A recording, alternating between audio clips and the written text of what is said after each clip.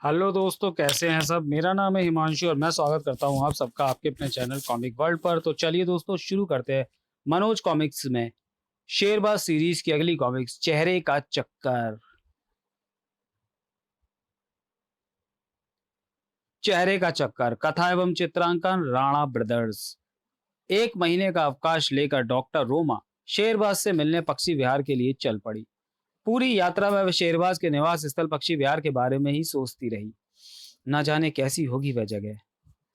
दिल्ली पहुंचकर मैंने शेरबाज को सूचित नहीं किया कि मैं आ रही हूँ। मुझे देखकर हैरान रह जाएगा वह। रोमा टैक्सी द्वारा यमुना नदी के किनारे से शेरबाज के निवास स्थल पक्षी इस विहार पर पहुंची। शेरबाज, देखो तो ये कौन आ रहा है। अरे, ये तो रोमा है। शेरबाज तुरंत रोमा के पास जा पहुंचा। हेलो रोमा, मुझे सूचित कर दिया होता। यहाँ पहुंचने में कोई परेशानी तो नहीं हुई? बिल्कुल नहीं। मेरा फार्म मैनेजर दिलावर से मिलो। बहुत खुशी हुई आपसे मिलकर मिस्टर दिलावर। और मुझे भी। रोमा, कुछ खा पी कर थोड़ा आराम कर लो, फिर बाहर घूमने चलेंगे। ठीक है। कुछ देर बाद। कितनी सुंदर जगह है ये। मैंने एक महीने की छुट्टी ली है। मैं भारत के वन्य जीवों पर एक पुस्तक लिख रही हूँ। इन छुट्टियों में मैं वन्य जीवों की फोटोग्राफी करना चाहती हूँ। बहुत बढ़िया ख्याल है। मैं तो ऐसे कामों के लिए सदा तैयार रहता हूँ। रोमा, हम अपना अभियान पक्षियों की फोटोग्राफी से शुरू करेंगे। शेरबाज, ठीक है। तो पहले अपने पक्षी विहार से शुरू करते हैं। यहाँ भी लगभग 120 किस्म के पक्षी आते हैं। 2 दिन रोमा पक्षी विहार पर ही विभिन्न किस्मों के पक्षियों की फोटोग्राफी करती रही। उसके बाद शेरबाज और रोमा राजस्थान में भरतपुर वन्य पक्षी विहार पर गए। उसके बाद वे कॉर्बेट राष्ट्रीय उद्यान में पहुंचे। फिर वे बांदीपुर, मैसूर और गुजरात के गिरवन में भी गए। इस तरह विभिन्न प्रकार के वन्य जीवों की फोटोग्राफी करते करते वे असम पहुंचे।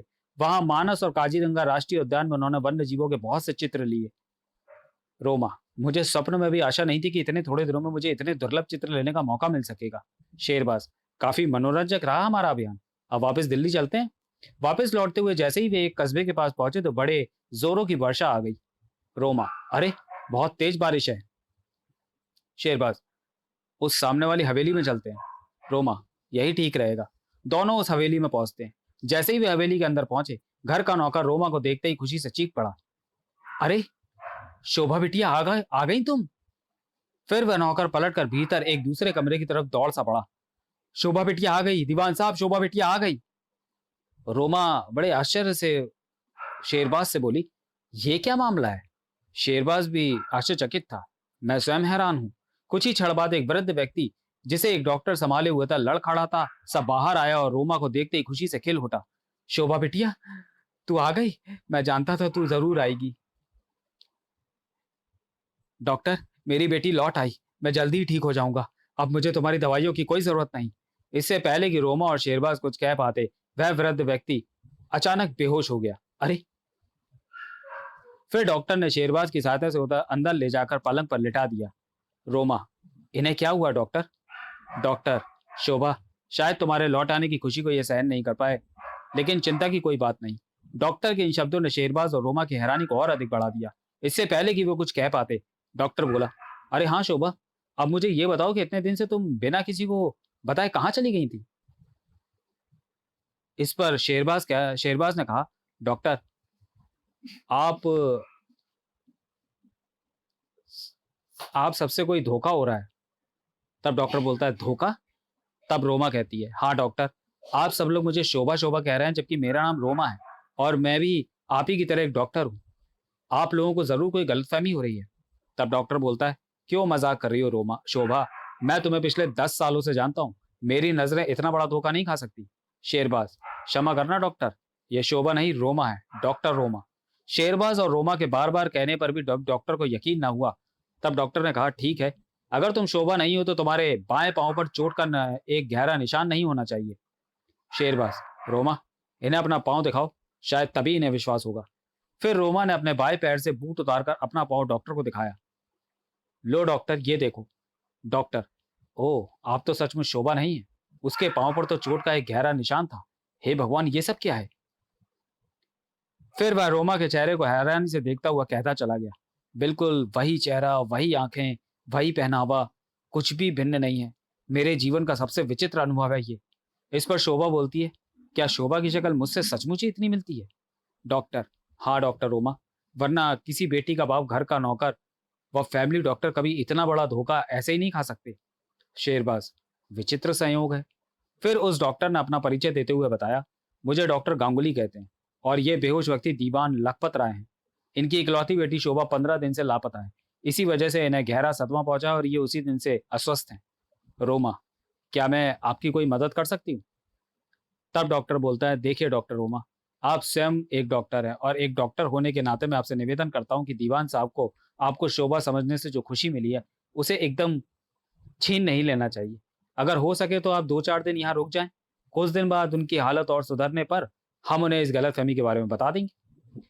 रोमा, जो स्वयं एक सहृदय डॉक्टर थी, तुरंत इस बात के लिए सहमत हो गई और बोली, ठीक है डॉक्टर गांगुली, मैं आपको पूर्ण सहयोग दूंगी। इस पर डॉक्टर साहब रोमा से बोलते हैं, धन्यवाद डॉक्टर रोमा, आप सही मायने में डॉक्टर हैं। हाँ और हाँ, ये ध्यान रखें कि यहाँ किसी को भी पता ना चल पाए कि आप शोभा नहीं है। रोमा, ठीक है, मैं पूरी कोशिश करूंगी। उधर दीवान साहब को होश आ गया था। शोभा बेटी, शोभा मेरे पास आ बेटी। दीवान साहब की आवाज सुन सभी उनके कमरे में पहुंचे।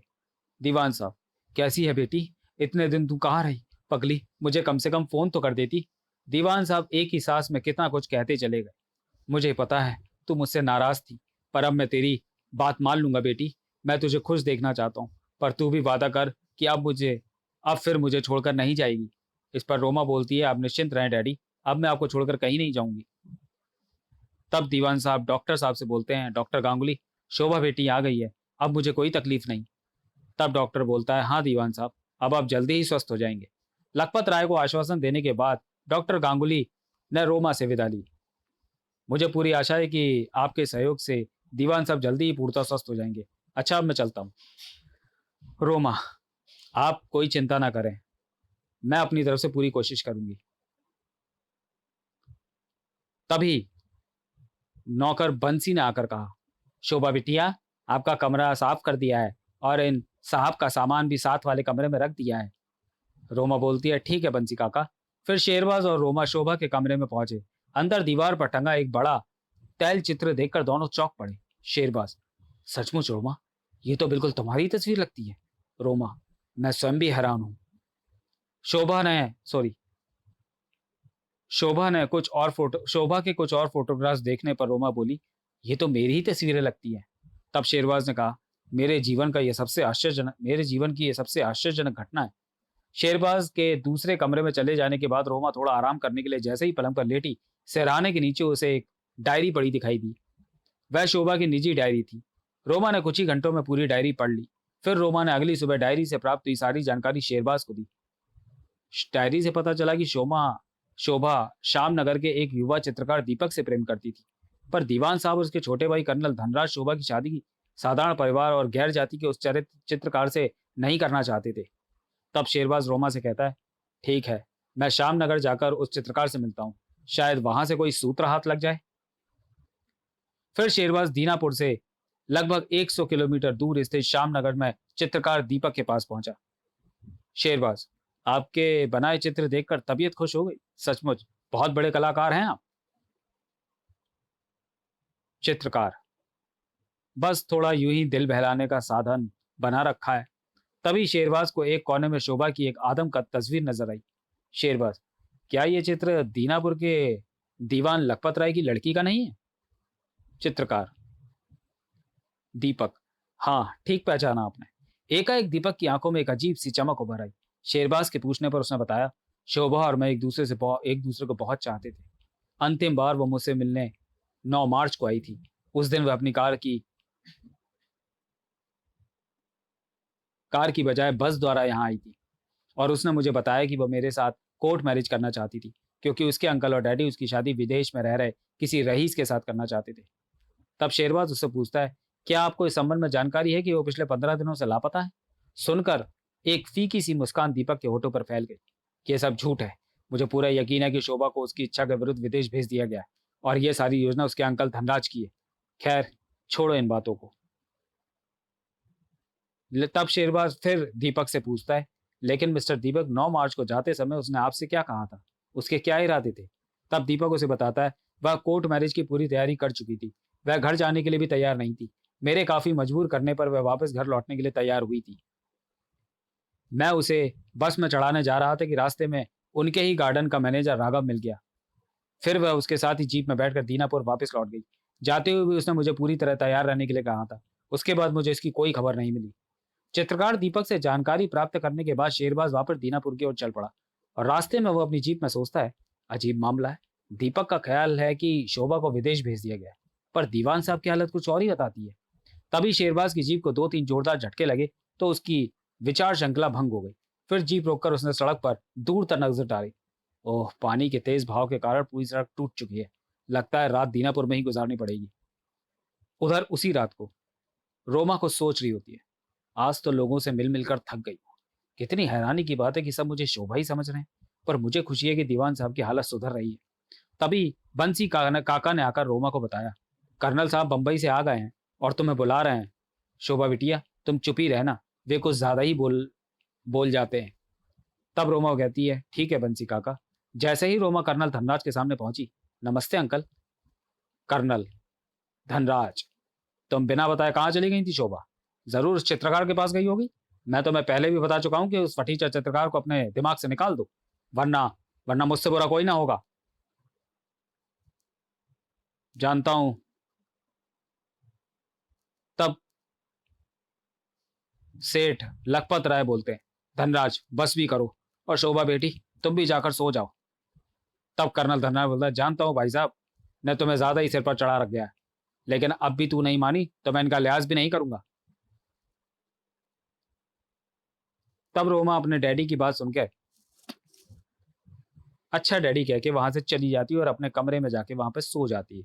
कमरे में वापस आकर रोमा को लेटते ही नींद आ गई। उसने कमरे का दरवाजा भी बंद नहीं किया था। आधी रात के बाद अचानक दरवाजा खुला और एक हट्टा कट्टा आदमी भीतर प्रविष्ट हुआ। उसने नींद में कोई रोमा के मुंह पर टेप चिपकाकर उसके हाथ बांध दिए, फिर उसे कंधे पर लाद कर कमरे से बाहर आ गया। तभी एक दूसरा आदमी दीवान साहब के कमरे से बाहर निकला। फिर दोनों रोमा के लिए हवेली से बाहर हो गए। तभी बंसी दौड़ता हुआ उनके पीछे लपका, परंतु रास्ते में बेहोश पड़े चौकीदार से टकराकर गिर पड़ा। चोर चोर पकड़ो! रोमा को जीप में डालकर वे दोनों आदमी एक वीरान जगह पर पहुंचे। फिर उन्होंने उसे कंधों पर लादा और ले जाकर एक कमरे में पटक दिया और उसके मुंह पर चिपका टेप हटाकर उसके हाथ खोल दिए। रोमा चिल्लाई, कौन हो तुम? मुझे यहाँ क्यों लाए हो? तभी उन दोनों आदमियों ने अपने चेहरों से नकाब उतार दिए। पहला आदमी, क्यों शोभा जी, अपने मैनेजर साहब को नहीं पहचाना? मैनेजर राघव को नहीं पहचाना? रोमा, मैं कोई शोभा वोभा नहीं हूं और ना ही मैं तुम लोगों को जानती हूँ। इतने में पीछे से एक आवाज आती है, राघव को इतना बेवकूफ मत समझो। सॉरी, इतने में राघव बोलता है, राघव को इतना बेवकूफ मत समझो शोभा, और वो रोमा पे एक झापड़ लगा देता है। ताक! इतना कहकर राघव ने एक जोरदार तमाचा रोमा के मुंह पर चढ़ दिया और रोमा ने भी पूरे जोर से एक थप्पड़ राघव के मुंह पर दे मारा। ताक! रोमा का थप्पड़ खाकर राघव क्रोध से भर उठा तो उसने एक जोरदार धक्का देकर रोमा को फर्श पर गिरा दिया। तब रोमा ने कहा, यह क्या बदतमीजी है? राघव, लगता है तुम्हारी ऐंठ अभी गई नहीं, लेकिन मैं देखता हूं कि तुम्हारी ऐंठ कैसे नहीं जाती। कहकर वो शोभा पर लात घूंसे बरसाने लगा, साथ ही साथ वह चीखता भी जा रहा था। याद है उस दिन ऐसा ही तमाचा मारा था मुझे तुमने? याद है ना? आह! वह दिन जब हम दोनों जीप में शामनगर से दीनापुर आ रहे थे। शोभा जी, आपको इस चित्रकार में ऐसा क्या नजर आता है जो मेरी बात सुनकर तुम बुरी तरह भड़क उठी थी? खामोश राघव, तुम्हें मेरे निजी जीवन में दखल देने का कोई अधिकार नहीं। फिर क्रोध में मैंने भी तुम्हें मारने की कोशिश की, पर तुमने मेरा हाथ पकड़ लिया। जैसे ही एक झटके से मैंने अपने हाथ छुड़ाना चाहा तो जीप बेकाबू होकर सड़क से उतर गई और एक पेड़ से टकरा गई। मैंने उठकर देखा तो तुम बेसुध पड़ी थी और तुम्हारे मुंह से खून बह रहा था। तुम्हारे दिल की धड़कन भी मुझे बंद सी लगी। फिर तुम्हें मरा हुआ समझकर मैंने तुम्हें बहती नदी में फेंक दिया, पर आश्चर्य, तुम फिर भी बच गई। रोमा, लेकिन मिस्टर राघव, आप गलतफहमी में हैं। मैं शोभा नहीं हूं, मेरा नाम रोमा है और मैं एक डॉक्टर हूं। राघव, नहीं नहीं, तुम शोभा ही हो। दूसरा आदमी चुपचाप खड़ा दोनों की तरफ देख रहा था। फिर काफी देर तक माथापच्ची करने के बाद ही रोमा राघव को विश्वास दिला सकी कि वह शोभा नहीं है। मैनेजर राघव, ओह, तो फिर दीवान साहब को मैंने यूं ही खत्म कर दिया? मैंने सोचा था कि तुम असली शोभा ही हो और तुमने सब कुछ उन्हें बता दिया होगा। रोमा सोचने लगती है, ओह! तो दीवान सब इस दुनिया में नहीं रहे। मैं भी किन मुसीबतों में आ फँसी हूँ और उधर शेरबाज़ भी परेशान हो रहा होगा। तब रोमा मैनेजर राघव से बोलती है, लेकिन मिस्टर राघव, अब तो मुझे छोड़ दो। तब राघव ठहाका मारता है। तुमने कैसी बचकानी बात की है। राघव इतना मूर्ख नहीं कि अपना राज जानने वालों को ऐसे ही छोड़ दे। तो चलिए दोस्तों, वीडियो को यहीं समाप्त करते हैं और मिलते हैं शेरबाज़ की कॉमिक चेहरे का चक्कर के दूसरे और अंतिम भाग में अगले वीडियो में। तब तक के लिए धन्यवाद।